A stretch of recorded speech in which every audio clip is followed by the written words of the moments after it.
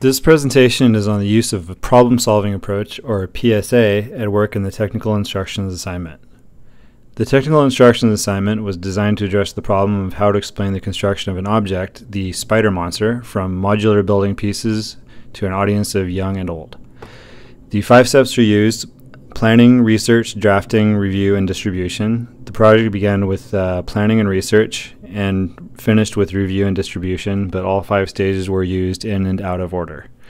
Plans were changed and further research done, reviews led to more changes, and each draft and the final product were individually distributed.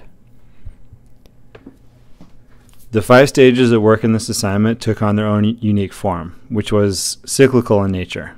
The planning facet meant first deciding what to take on, but later meant selecting the type of blocks to use, how to take the images, and how the images and text would work together. Research meant looking for similar examples and examining other instructions for toys. Those examples were critiqued to see what could be improved and/or ideas to borrow and build upon. Review took place in peer reviews, trusted writer review, and grading.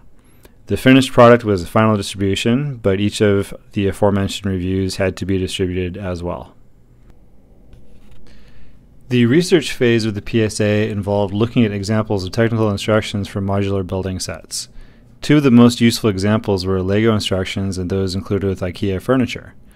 Due to the decided audience being a native English speakers, I decided to use the order of steps as a guide, but include written instructions instead of relying entirely on pictures. The drafting and review stages resulted in taking a document that was fairly awkward and messy and refining it into a concise, clean, easy-to-follow finished product. The final draft was a concise, easy-to-follow, for the given audience set of instructions that would be easy to use to make the finished toy. Through the end result, the effectiveness of the PSA could be seen. The biggest challenge was fitting all these instructions into the maximum number of pages. The layout was tight and the steps had to be combined and removed.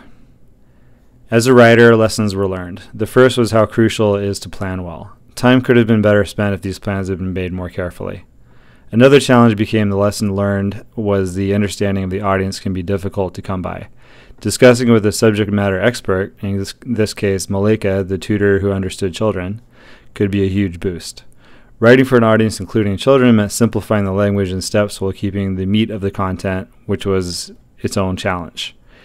In the end, I couldn't have done it without the feedback I was given. This is important to note because it will feed back into the planning and research stages in future applications of the PSA.